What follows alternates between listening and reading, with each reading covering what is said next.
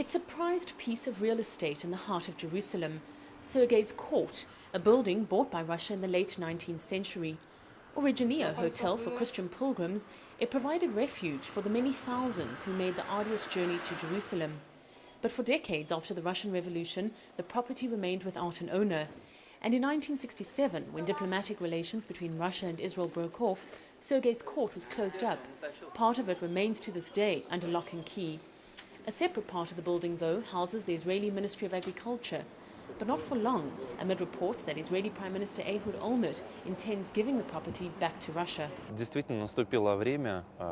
I feel that the time of goodwill has come, and that politicians and members of the church and society have come to the conclusion that they should restore historical justice.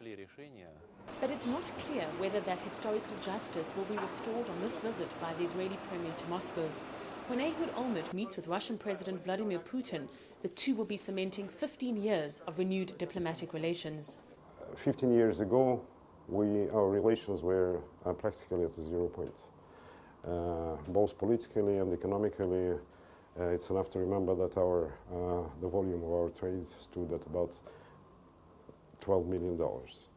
Now we have a full-fledged relationship with Israel. Both countries regard each other as very important partners. Trade between the two countries has increased to $1.5 billion a year. Analysts predict that figure could double in the future. Politically, the two countries have also started working closer together, with many Israelis believing Russia has an important role to play in the Middle East conflict. Until the renewal of the relations, the Russians were very much only on one side, on the Arab side, and now they're on both. That means that they see both sides of the issues, which is a very important component in trying to be a bridge here in the Middle East. The Israeli premier is expected on this visit to raise the issue of nuclear Iran. Israel wants Russia to agree to sanctions that will prevent Iran from acquiring a nuclear bomb. The North Korean case does emphasize the possibility that the entire nuclear arms control might collapse, especially if Iran is going to join this club. So it's important also for Russia to do something in order to stop the Iranians. Other issues on the agenda include the recent Israel-Hezbollah war and the international peacekeeping force. Russia has sent army engineers to help build bridges in South Lebanon. The meeting between the two leaders will be closely watched by many here in Israel.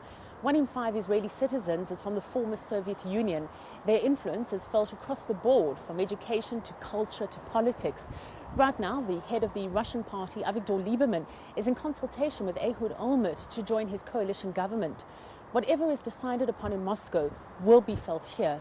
Paula Sleer, Russia Today, Jerusalem.